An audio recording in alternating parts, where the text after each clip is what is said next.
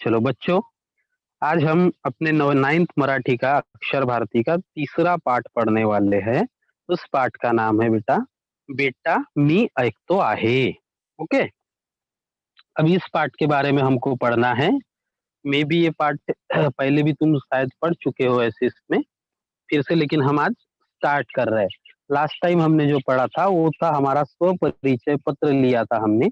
उसके बाद अभी हम इसमें आ गए पाठ तीसरा, बेटा मी ऐकतो आहे। ओके, लेखक आहेत या पाठाचे वसंत पुरुषोत्तम काडे यांनी लिहिलेला हा पाठ आहे।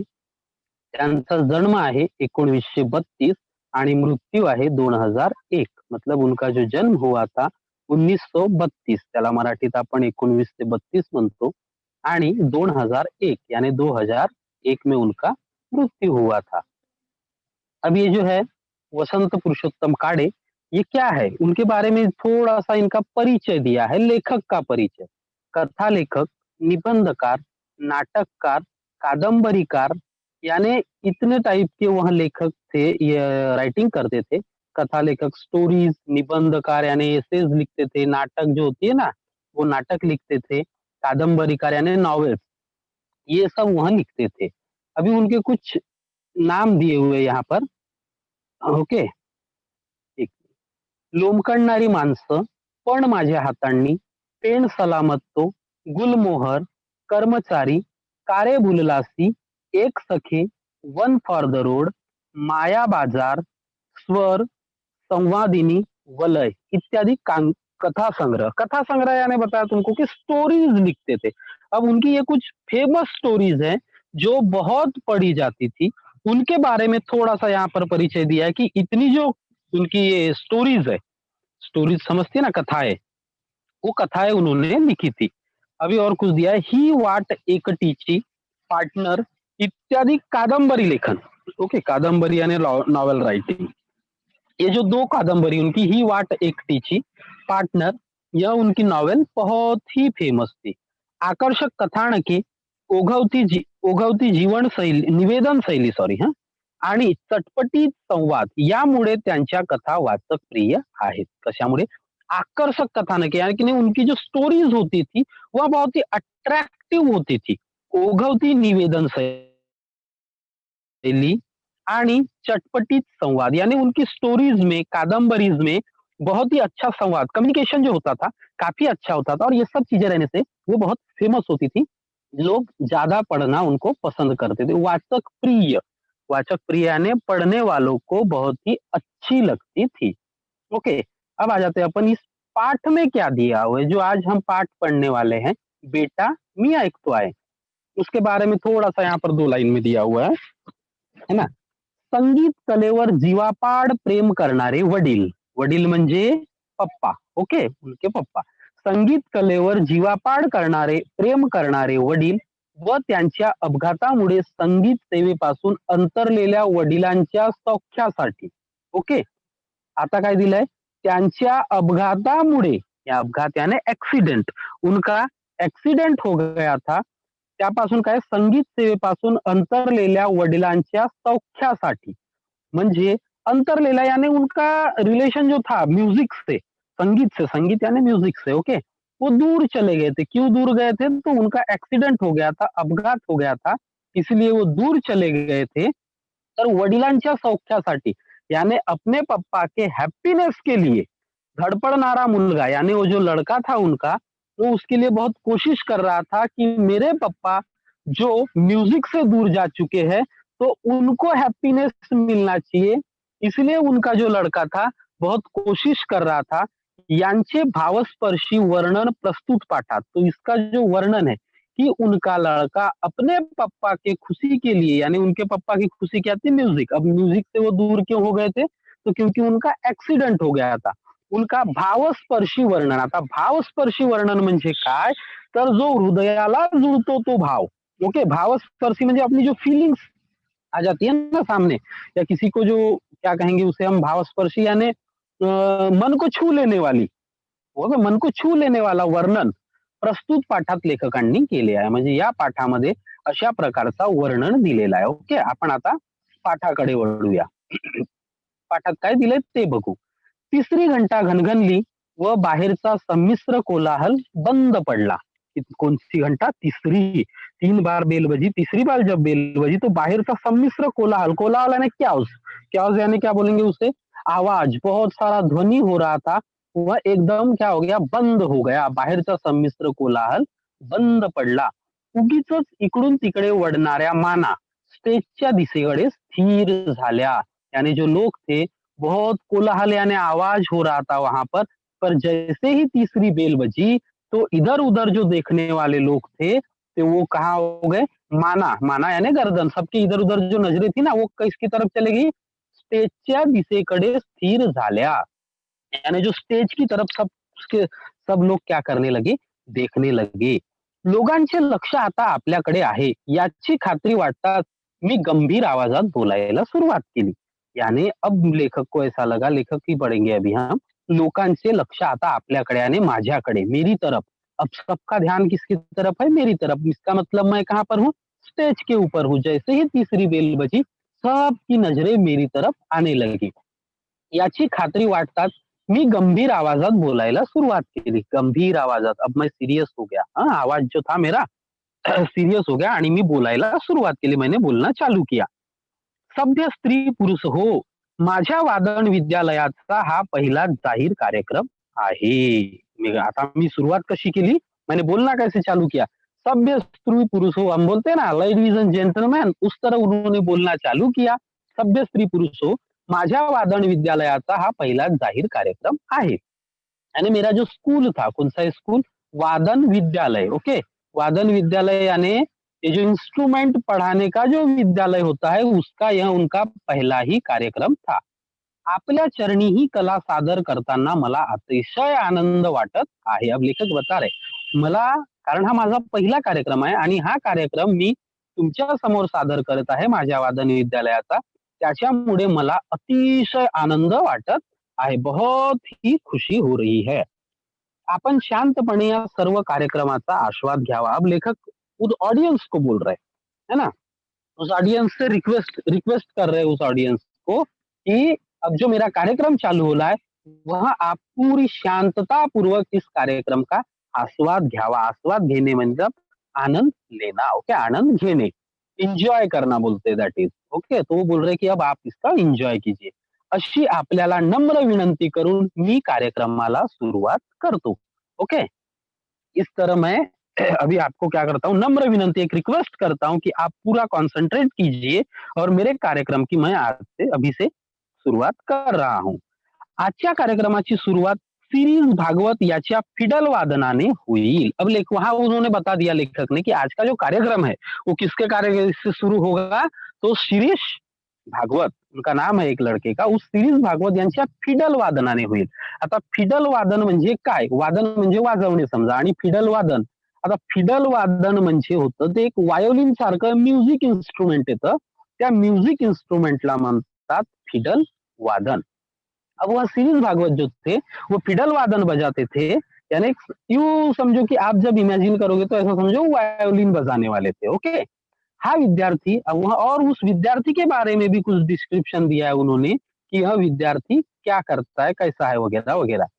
हा विद्यार्थी माझ्या विद्यालयात नुकताच शिकायला आला आहे. सिरीज के बारे में इंट्रोडक्शन दे रहे हैं अब वो कि सिरीज क्या करता है, तो अभी अभी मेरे विद्यालय में यह फिडल वादन जो असतो ना तो शिकायला आला आहे, यानी अभी अभी पढ़ने आया है. ओके, कलेच्या प्रांतातील हा नौखा मुसाफिर आहे. कोण आहे हा? कलेच्या प्रांतातील हा नौखा मुसाफिर. मुसाफिर समजतो ना, यात्रेकरू ज्याला आपण म्हणतो, म्हणजे यात्रेकरू म्हणजे येणारा जाणारा जो असतो, आने जाने वाला जो रहता है उसको. कलेच्या प्रांतातील. ओके, कला यानी आर्ट, प्रांत यानी तो क्या कहेंगे उसे हम, कलेच्या प्रांतातील यानी इस फील्ड का, कौन सी फील्ड का? आर्ट फील्ड का हा नौखा, नौखा म्हणजे नवीन, मुसाफिर आहे. ओके, जो सीरीज था वो अभी अभी मेरे स्कूल में सीखने के लिए आया था. ओके, तो अभी उसी के वादन से, फिडल वादन से हम इस कार्यक्रम की सुरुवात करेंगे. हे लक्षात घेऊन आपण त्याच्या हुशारीचे कौतुक करावे ही विनंती. अब लेखक ने उस समय स्टेज पे जाके सब कुछ बता दिया कि ये ऐसा ऐसा लड़का है, अब इसका आप क्या करिए, कौतुक करावे, कौतुक याने उसको प्रशंसा, ओके, प्रशंसा करावी ही विनंती. म्हणजे त्याचा जो कार्य आहे त्या कार्याची आपण प्रशंसा केली पाहिजे. यानी वो जो अभी बजाने वाला है तो उसका हमने क्या कौतुक यानी प्रेज करना चाहिए. ओके, विनंती है ऐसा बता रहे लेखक. एवढे बोलून मी सीरीजकडे पाहिले. फिर लेखक बोलता है की इतना बोलने के बाद में मैंने सीरीज की तरफ देखा. मला या मुलाची अतिशय भीती वाटत होती बघा. अभी आता होते लेखक सांगतायत की मला या मुलाची म्हणजे कोणत्या मुलाची? सीरीजची. मला भीती वाटत होती. अब क्यों भीती? भीती यानी डर. ओके. भीती वाटत होती. खरे सांगायचे म्हणजे माझ्या मनातून मला सीरीजला कार्यक्रम द्यायचाच नव्हता. अब लेखक और बता रहे हैं उस सीरीज के बारे में. खरतर एक्चुअल में बताऊं अगर मैं तो मुझे इस कार्यक्रम में क्योंकि मेरा यहाँ मेरे विद्यालय का वादन विद्यालय का पहला कार्यक्रम था और पहले ही कार्यक्रम में मुझे बिल्कुल भी इच्छा नहीं थी कि मैं सीरीज भागवत नाम के लड़के को स्टेज पे बुलाऊं और ये उसके द्वारा यह कार्यक्रम कराऊ. खरे सांगायचे म्हणजे सॉरी खरे सांगायचे म्हणजे माझ्या मनातून मला सिरीजला कार्यक्रम द्यायचाच नव्हता. कारण नुकताच शिकायला लागलेला हा विद्यार्थी माझ्या विद्यालयाचे नाव खराब याची मला खात्री होती. लेखक बता रहे कि यह नया नया लड़का आया था और ये लड़का काय करेल माझ्या विद्यालयाचे नाव खराब करील याची मला खात्री होती. ऐसा लेखक बता रहे. यानी यह मेरे स्कूल का मेरे विद्यालय का वादन विद्यालय जो मैंने खोला था उसका नाम खराब करेगा क्योंकि तुमने पहला स्टेज शो रखे. वैसा लेखक बता रहे कि हमने पहला स्टेज शो रखे और पहले ही स्टेज शो में क्या होता है हम जो हमारे पास क्वालिटीज होती है अच्छी अच्छी चीजें होती है वही दिखाई जाती है ताकि लोग उससे इम्प्रेस हो.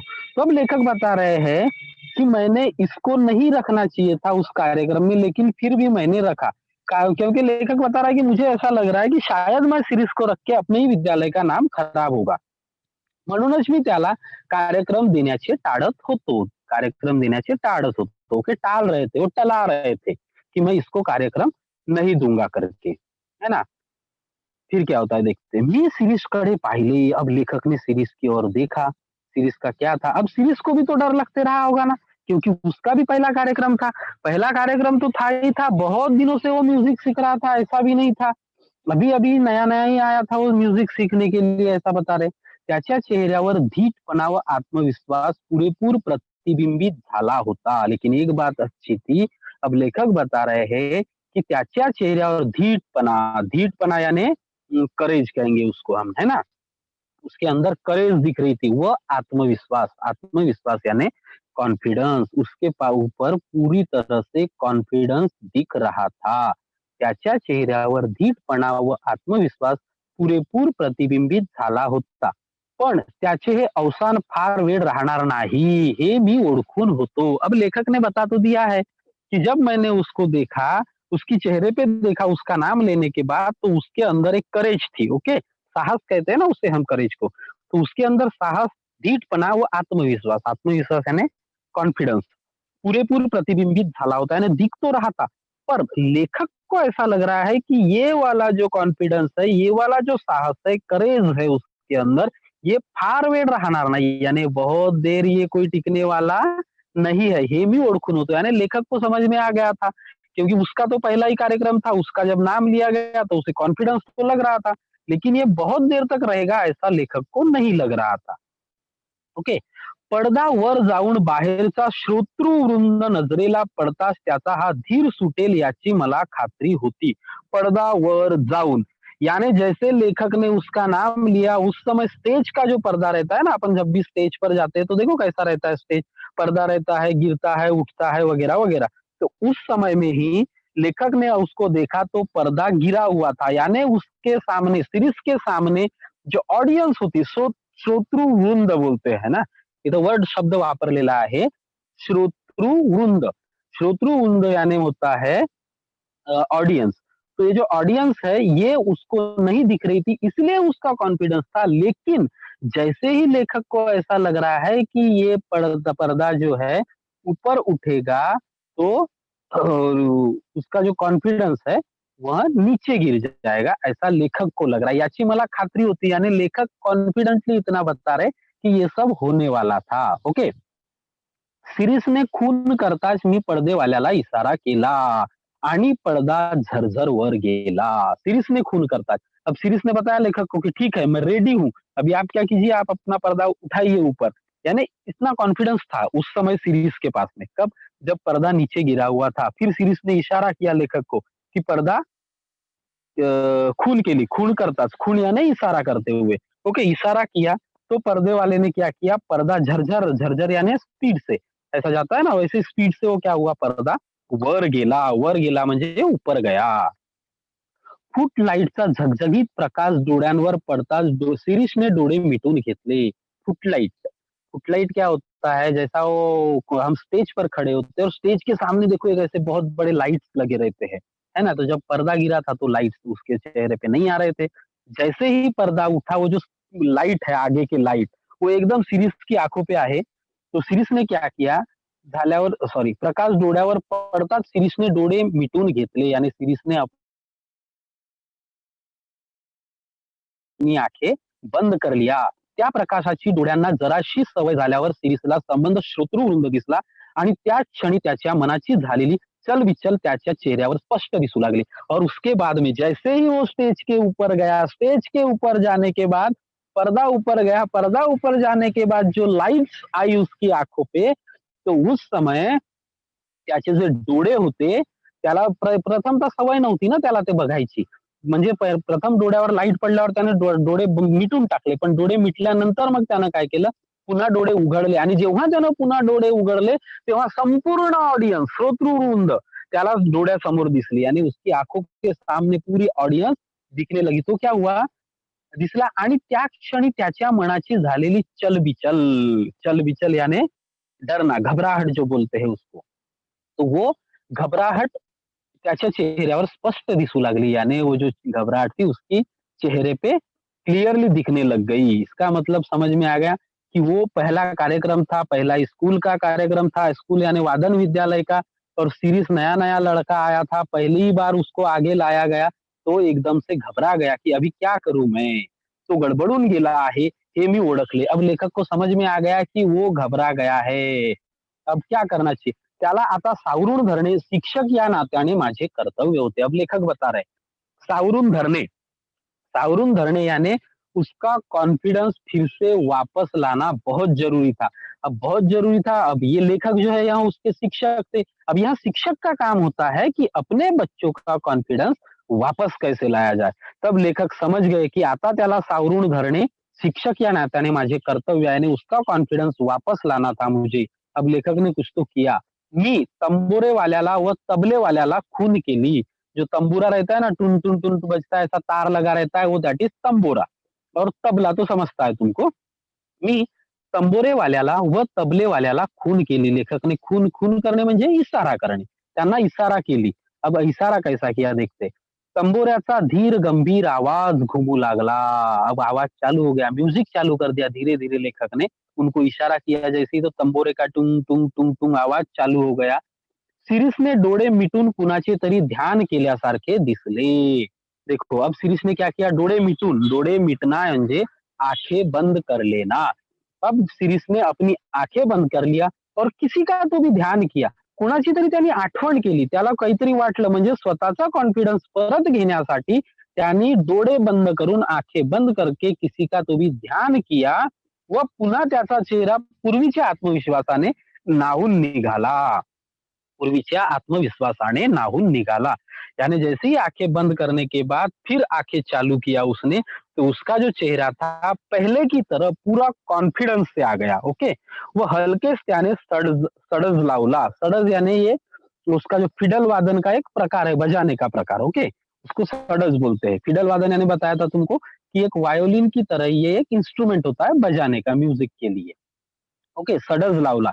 एक 10 ते 12 वर्षाच्या मुलाने शांतपणे वाजवायला सुरुवात केलेली पाहून लोक शांत बसले।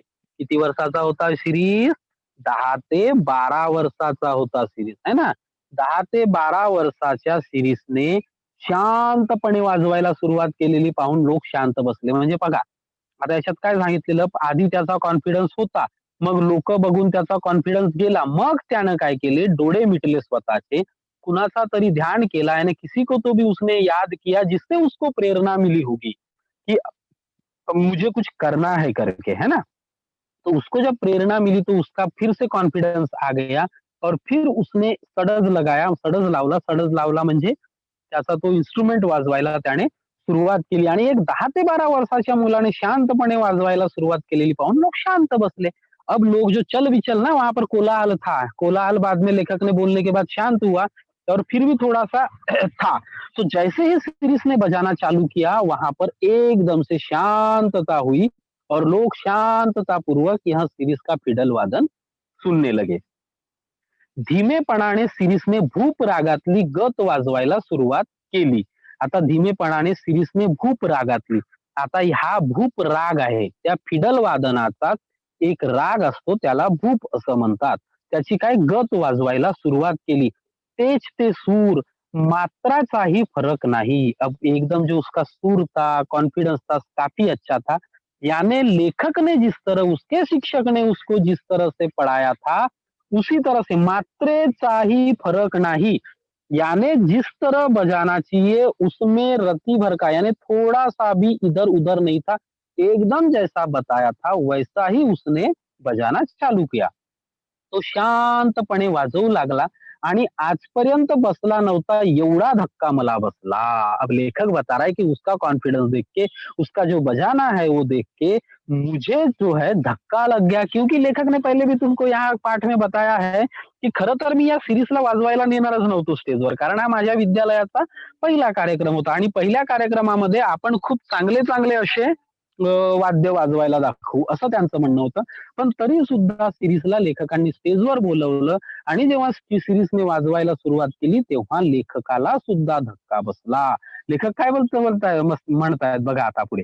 कानावर विश्वास बसेना, नजरेवरही बसेना.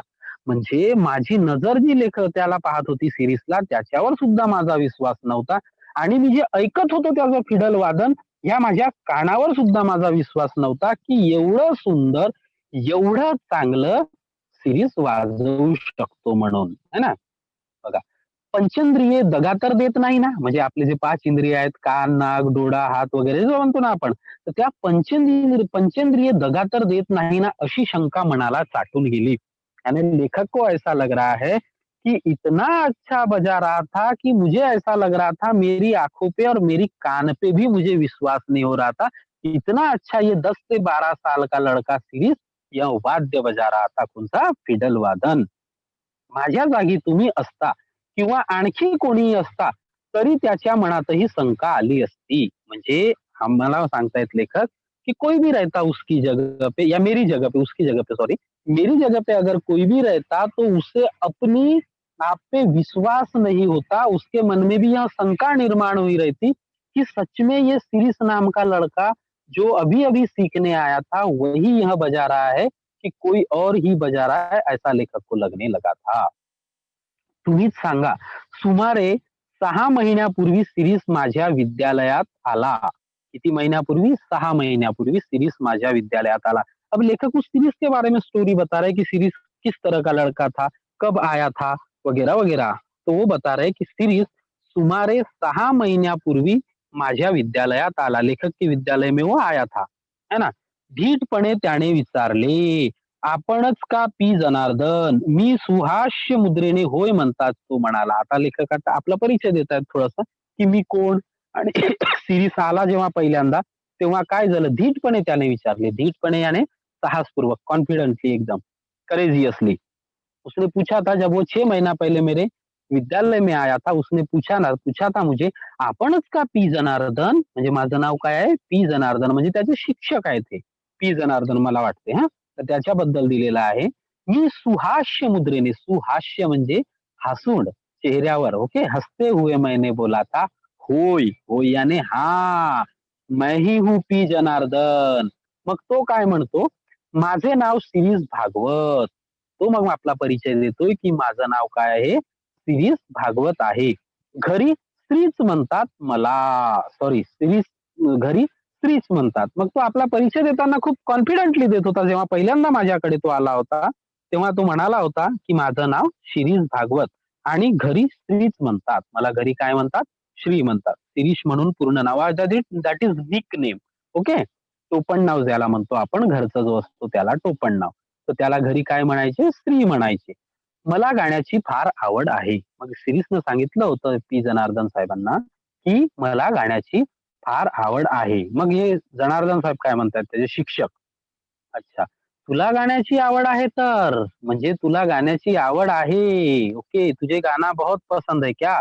ऐसा ये उसको पूछने लगे सिरीस को. ओके. मग सिरीस काय म्हणतोय बघा. माझ्यापेक्षा माझ्या वडिलांना मी शिकलेले फार आवडेल. आता सिरीस काय म्हणतोय, मला तर गाण्याची आवड आहेच. ओके. पण माझ्यापेक्षा माझ्या वडिलांना मी शिकलेले फार आवडेल. म्हणजे मी म्युझिक शिकावं किंवा मी जर शिकलो तर माझ्या वडिलांना फार आवडेल.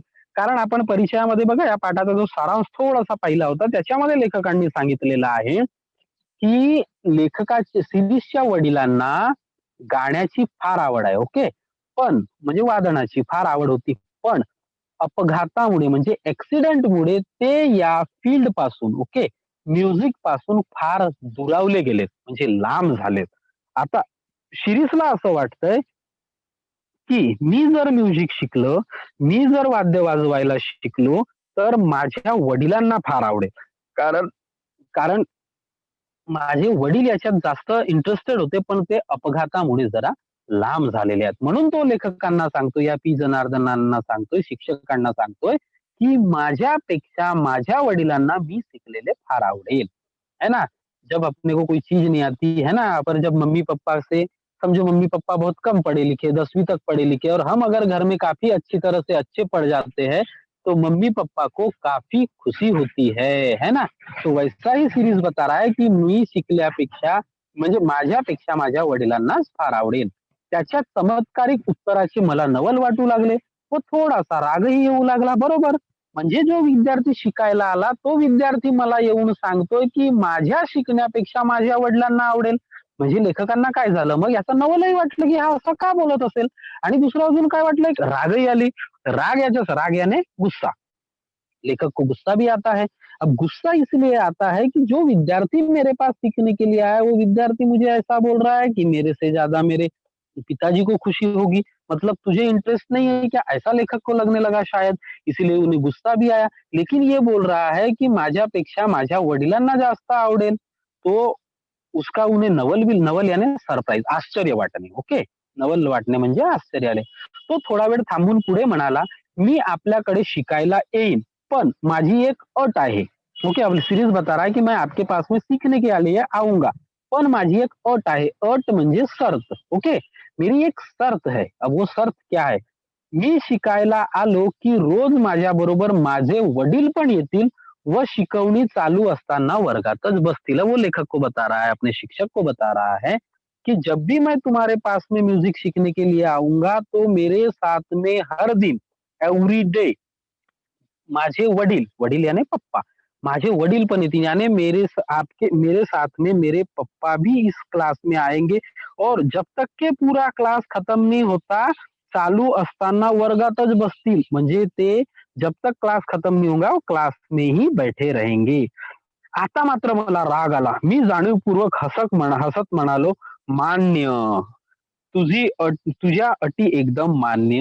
अब लेखक ने उसे आता बघा लेखकांना राग आला और बहुत ज्यादा गुस्सा आया क्योंकि ये लड़का बता रहा है कि मैं तो आ रहा हूँ, मुझे सीखना है, मुझसे ज्यादा खुशी मेरे पापा को होगी। बाद में बोल रहा है कि मेरे पापा भी यहाँ पर मेरे साथ में बैठने के लिए आएंगे।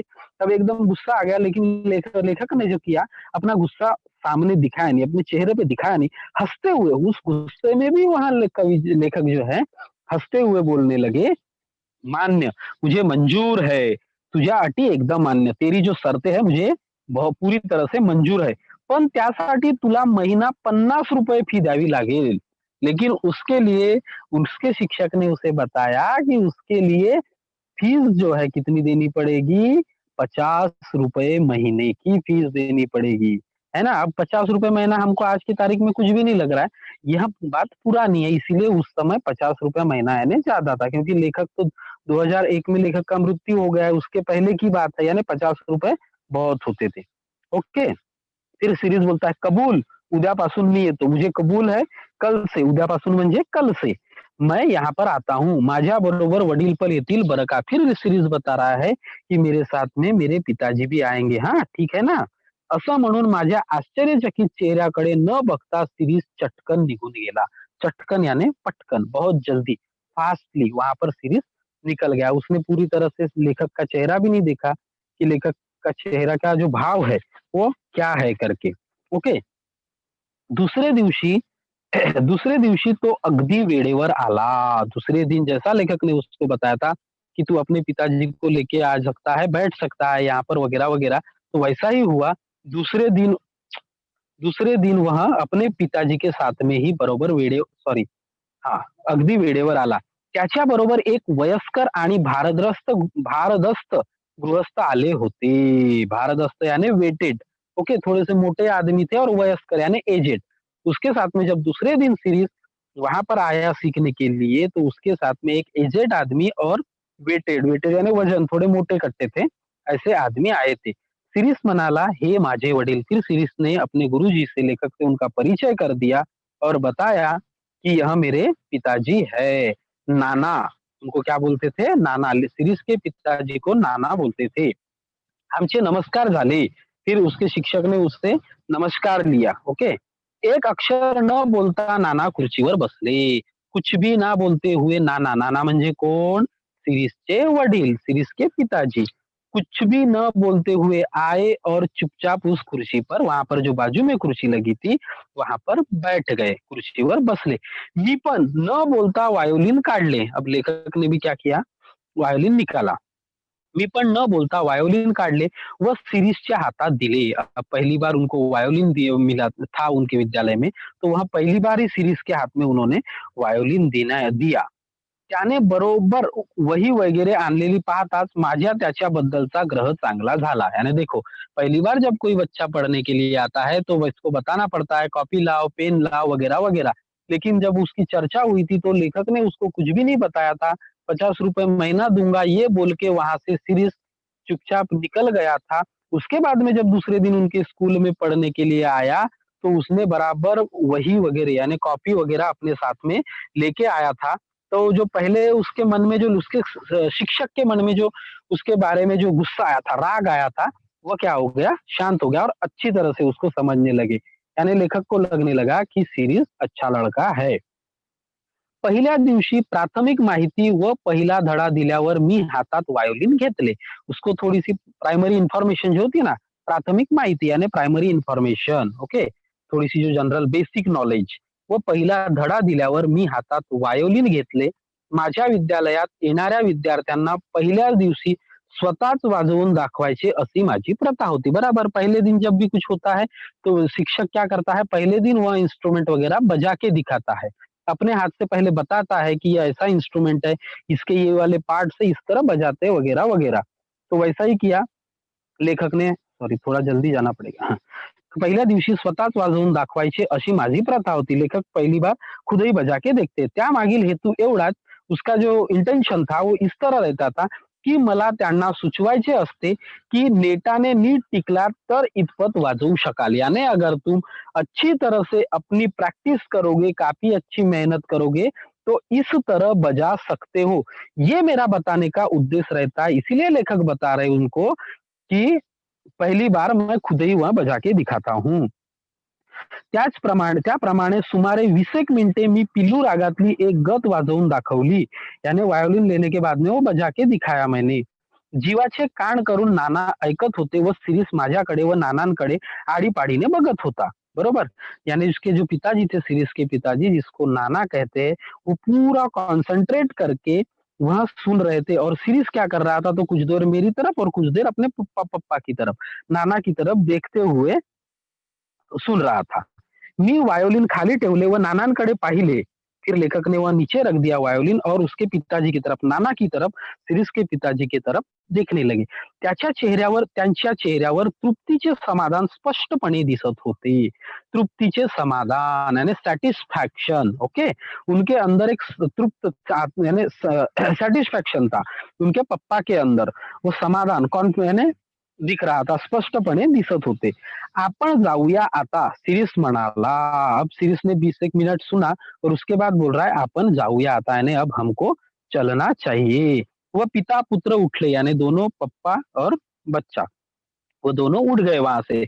मीच आपण होऊन विचारले. फिर लेखक ने उनको पूछा, कस काय कसं काय वाटलं एकंदरीत? तो लेखक ने उनको पूछा कि कैसा लगा तुमको ये सब कुछ आज का जो हमने क्लास लिया वो? वाह! उत्कृष्ट. त्याबद्दल प्रश्नच नाही. सिरीसनेच मध्ये उत्तर दिले. मला त्याच्या आगाऊ स्वभावाचा राग आला. फिर देखो, उसके पिताजी कुछ भी नहीं बोले. सिरीस ने वहां पर बीच में उत्तर दिया कि वाह वाह उत्कृष्ट, यानी बहुत अच्छा लगा, बहुत आनंद आया मुझे. लेकिन लेखक ये बता रहा है कि मुझे उसका फिर से गुस्सा आया, क्योंकि उसकी ऐसी अपेक्षा थी लेखक की कि उसके पिताजी जो वहां पर बैठे हुए हैं, उन्होंने बोलना चाहिए कुछ तो वो कुछ नहीं बोल रहे थे.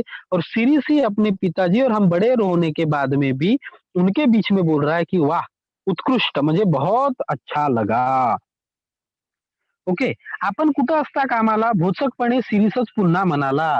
सिरीस फिर से उनको अपने शिक्षक को प्रश्न पूछने लगा कि आपण कुठं असता कामाला, यानी आप कहाँ पे काम करते हो? भोचकपणे, भोचकपणे यानी रफली नाही बोलतोय क्या? यानी उद्धटपणे ज्याला आपण म्हणतो तशा प्रकारे त्याने प्रश्न विचारला. मला वाटले की मध्ये-मध्ये बोलल्या मला वाटले की मध्ये-मध्ये बोलल्याबद्दल नाना सिरीसला दम भरतील. पण त्या उलट ते कौतुकाच्या नजरेने त्याच्याकडे पाहत होते. अब लेखक को ऐसा लगा कि जब ये सीरीज बीच-बीच में बोल रहा था, तो ऐसा होगा कि उसे गुस्सा करेंगे उसके पिताजी कि बीच-बीच में क्यों बोल रहा है, लेकिन उलट हुआ. ऐसा नहीं हुआ, तो अच्छी नजर से कौतुक यानी आनंदाच्या नजरेने त्याचे वडील त्याच्याकडे पाहत होते. नियमितपणे रोज पिता-पुत्राची जोडी येऊ लागली. सीरीजची प्रगती पाहून मात्र प्रसंगी मी पण आश्चर्यचकित होत होतो. ओके, अब लेखक बता रहे हैं कि रोज बराबर सीरीज आता था, दोनों आते थे, पिताजी भी आते थे उसके और बराबर ये क्लास अपनी चल रही थी. मी पण आश्चर्यचकित होत होतो. त्याचा हात वाजवायला अतिशय हलका होता आणि माझ्या सर्व विद्यार्थ्यात त्याची आकलन शक्ती फारच दांडगी होती. अब लेखक बता रहे हैं कि वायोलिन बजाने में, सॉरी, फिडल वाद्य बजाने में उसका जो हाथ था काफी अच्छा था. और माझ्या आकलन शक्ति यानी ग्रास्पिंग पावर जो होता है वो काफी अच्छा था. मतलब मैं जितनी चीजें उसको सिखा रहा था, वह उतनी चीजें पूरी तरह से ग्रास्प कर लेता था, आत्मसात कर लेता था और बहुत जल्दी समझ पाता था उसे की कैसा क्या करना है और क्या-क्या सर मुझे बता रहे. नाना रोज त्याच्याबरोबर येत व एक अक्षरही न बोलता शांत बसून राहत. मी पण त्यांच्याशी बोलत नसे. अब देखो उसके पिताजी उसके साथ में रोज आते थे, बैठते थे उसकी जब तक क्लास चलती थी तब तक, और उसके बाद में वो चले भी जाते थे. बहुत दिन तक ऐसा ही सिलसिला चला, लेखक ने भी उनसे बात नहीं किया और उन्होंने भी इस लेखक से एक भी किसी भी तरह से बात नहीं की. यानी रोज आना-जाना लगा था, लेकिन कोई किसी से यानी उसके पिताजी, नाना और लेखक, उनसे बात ही नहीं होती थी. हां, म्हणतात 3 महिने निघून गेले. धीरे-धीरे कितने महीने निकल गए? 3 महिने निघून गेले. आणखी 3 महिन्यांनी होणाऱ्या माझ्या विद्यालयाच्या प्रथम कार्यक्रमात आपण सीरीजला कार्यक्रम द्यायचा, असा मी निश्चय करून टाकला आणि त्यानुसार मी सीरीजला म्हणालो. ओके, 3 महीन्यांनी होणाऱ्या यानी 3 महीने के बाद में जो स्कूल का कार्यक्रम था वहां पर सीरीज को कार्यक्रम द्यायचा असं लेखकांनी निश्चय केला होता. ऐसा लेखक ने निश्चय किया हुआ था कि मैं उसे कार्यक्रम दूंगा करके. सीरीज असीच प्रगति कायम राहू दे. लेखक उसको बोल रहे हैं कि ऐसे ही प्रगति तेरा जो ये है, ऐसी इसी तरह तू प्रगति करते रहे, आगे आगे बढ़ते रहे. आपल्या विद्यालयाच्या कार्यक्रमात मी तुझा कार्यक्रम ठेवणार आहे. लेखक ने उसको बता दिया कि अब जो अपने स्कूल का कार्यक्रम होने वाला है, उस स्कूल के कार्यक्रम में मैं तेरा स्टेज पे प्रोग्राम रखने वाला हूँ. उसमें तुझे कार्यक्रम करना है. हे ऐकल्यावर सीरीजला अत्यानंद होईल अशी कल्पना होती. अब ये बताने के बाद सीरीज को बहुत खुशी होगी, ऐसा लेखक महसूस कर रहे थे. पण त्याच्या चेहऱ्यावर आनंदाच्या काहीही भावना दिसल्या नाहीत. पर लेखक बता रहे कि मैंने ये बात बताने के बाद में भी उसके अंदर कोई भी खुशी, किसी भी तरह की खुशी उसे लेखक को नहीं दिखी. इतकेच नव्हे तर त्याचा चेहरा काहीसा उतरला. उलटे क्या हुआ, ये कार्यक्रम उसको देने के बाद में उसका कॉन्फिडेंस लो हो गया, चेहरा उतरला. यानी काय म्हणू आपण त्याला, चेहरा उतरला आणि नर्वस हो जाना. ओके, वो उलटे नर्वस हो गया. मी विचारले, काय तुला हे ऐकून काहीच आनंद वाटत नाही का? फिर लेखक ने उससे पूछा कि मैं तुझे कार्यक्रम देने वाला हूँ, अपना कार्यक्रम होने वाला है, उसमें मैं तुझे स्टेज पे लाने वाला हूँ इस बात की तुझे बिलकुल भी खुशी नाही है क्या? गंभीर आवाजात हसीव स्वरूपाचे उत्तर आले. माझ्यापेक्षा नानांना त्याचा आनंद जास्त होईल. लेखक ने उसको बताया, सॉरी सीरीज ने उनको बताया की माझ्यापेक्षा तुम्ही जो कार्यक्रम मला दिलात स्टेजवर करण्याचा, त्याचा जेवढा आनंद मला नाही त्याच्यापेक्षा दुप्पट किंवा कितना तो भी ज्यादा आनंद किसको होगा? मेरे पिताजी को यानी नाना को होगा, ऐसा लेखक बता रहे हैं. ओके, तो हमको आज बेटा पेज नंबर 5 सॉरी 6 और 7 पढ़ना था. यहाँ पेज नंबर 6 और 7 हम पढ़ चुके हैं. अभी आगे आ जाते हैं हम sir. Sir, Dheeraj sir. Dheeraj sir, बेटा कुछ भी सवाल तो पूछो बेटा. हेलो. हाँ बेटा, अगर किसी को आपको पूछना है कुछ भी सवाल तो पूछ सकते हो. हाँ, good morning sir. Good morning बेटा, बोलिए. सर सीरीज को गणित विषय में बहुत रुचि थी ना? सीरीज को गणित विषय में रुचि थी. यहाँ हमने अभी तक जो पाठ पढ़ा इसमें दिया तो नहीं है अभी तक. मे बी अगर हम आगे पाठ पढ़ते हैं तो उसमें बताएगा कि सीरीज को गणित यहाँ विषय में रुचि थी कि नहीं थी करके, है ना. अभी तक जैसा हमने पढ़े पेज नंबर 6 और 7 में हमको यहाँ नहीं दिया है बेटा कि सीरीज में रुचि थी कि नहीं थी करके. ओके, आप डॉली बोल रहे हो कि डॉली का हैंड रेज है? सर डॉली बोल रही हूँ. ओके ओके बेटा डॉली, अभी तक तो हमने पढ़े तो यहाँ नहीं दिया है बेटा. अब जब आगे का हम नेक्स्ट टाइम जब पाठ पढ़ेंगे वहां बताएंगे कि उन्हें गणित विषय में रुचि थी कि नहीं थी. अब मे भी हो सकता है कि उन्हें गणित विषय में रुचि हो, तब तुमको ये लगा कि वो क्यों गया होगा उस फील्ड में, म्यूजिक फील्ड में, वादन बजाने, फिडल वाद्य बजाने क्यों गया होगा, ऐसा लग रहा है. हाँ सर. नहीं, क्यों गया होगा ऐसा मेरा सवाल है बेटा तुमको, जो हमने पाठ पढ़े उस पे से. सर वो उसके पापा को हाँ पसंद था ना, तो इसी वजह से वो गया था. हाँ, यस यस यस करेक्ट. वो अपनी पप्पा की खुशी के लिए उस फील्ड में गया हुआ था. बराबर बेटा. और बेटा किसी को? Thank you sir. वेलकम बेटा. हाँ, और किसी को पूछना है बेटा कुछ? चलो मैं एक, हाँ प्रिंस प्रिंस पूछ रहा है. पूछो प्रिंस. हेलो सर, हाँ वो लड़का अपने म्यूजिक हाँ, क्लास में अपने पापा को क्यों लेके जाता था? देखो अब वहाँ ये है कि अपने पापा को, तो वो सब कुछ ये जो कर रहा था अपने पापा की खुशी की खातिर कर रहा था. उसे जैसा अभी ये क्या नाम था डॉली ने पूछा कि उसे गणित विषय में रुचि थी, फिर वो म्यूजिक में क्यों जा गया, क्योंकि उसके पापा को तो वो ये चाहता था कि मैं कर रहा हूँ या नहीं, मैं म्यूजिक पढ़ रहा हूँ या नहीं, या फिर मैं किस तरह से, क्योंकि उनको नॉलेज भी था उस चीज का. ओके, नाना को इंटरेस्ट काय में था सबसे ज्यादा, नाना को इंटरेस्ट था म्यूजिक में. तो वो चाहता था कि मेरे पापा मुझे बजाते हुए देखे, मुझे सुने, उनकी आंखों के सामने मैं उन्हें ये सब खुशी देना चाहता हूँ. ये उसकी इच्छा थी, इसीलिए वह अपने नाना को रोज अपने साथ में लेके जाता था. नहीं तो होता है ना ऐसा बहुत बार कि बच्चों का क्लास तो लगा देते हैं वगैरह वगैरह, लेकिन बच्चा कर रहा है या नहीं कर रहा है ये मम्मी पापा को नहीं मालूम था, और वो सब कुछ अपने पापा के लिए करना चाहता था. इसीलिए उसकी इच्छा थी कि उसके पापा भी उसके साथ के रोज. Okay. Thank you sir. Zeeshan, हाँ बेटा वेलकम. जीशान, जीशान बोलो बेटा. जीशान अयूब अंसारी. हेलो जीशान, आवाज आ रही है मेरी?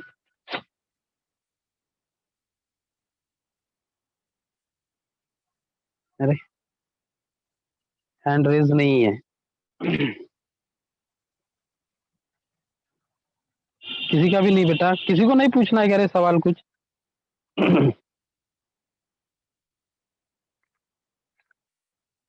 आता मी एखादा प्रश्न विचारू का मग तुम्हाला? कोलाहल बंद पडणे, कोलाहल या शब्दाचा अर्थ काय सांगितला मी, सांगा मला. कोणीही बोला. कोलाहल या शब्दाचा अर्थ काय होता?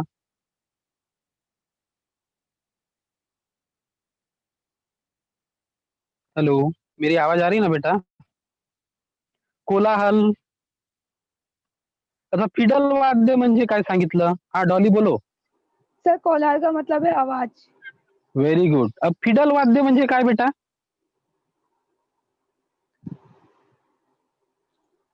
सर फिडल मतलब म्यूजिक सीखने वाला बच्चा। बच्चा नाही रे, फिडल वाद्य सांगितलंय मी. Sir student. गुड हाँ मॉर्निंग स्टूडेंट ने. गुड मॉर्निंग प्रीति, कुछ पूछना चाहती है डॉली. हाँ चलो डॉली सुनो. सर हाँ फिडल वादन का मतलब बताना चाहती हूँ। ओके ओके फिडल बताओ, आप वादन बताओ. मतलब जिससे हम लोग म्यूजिक सीखते हैं, जैसे कि वायलिन। हाँ वायोलिन की तरह म्यूजिक बजाने का इंस्ट्रूमेंट यानी होता है फिडल वाद्य. गुड प्रीति, गुड, वेरी गुड. ओके, हाँ थैंक यू सर। वेलकम बेटा. और किसी का है कुछ? डॉली और कुछ पूछना चाहती हो क्या? डॉली हैंड रेज है बेटा. नहीं सर। ओके ओके, नहीं ना, ठीक है बेटा. तो आज हमने जो है सर, धीरज सर, हमने पाठ पढ़ा था, वह पाठ था तीसरा. वह पुकाड़े इसके लेखक थे बेटा मी ऐकतो आहे.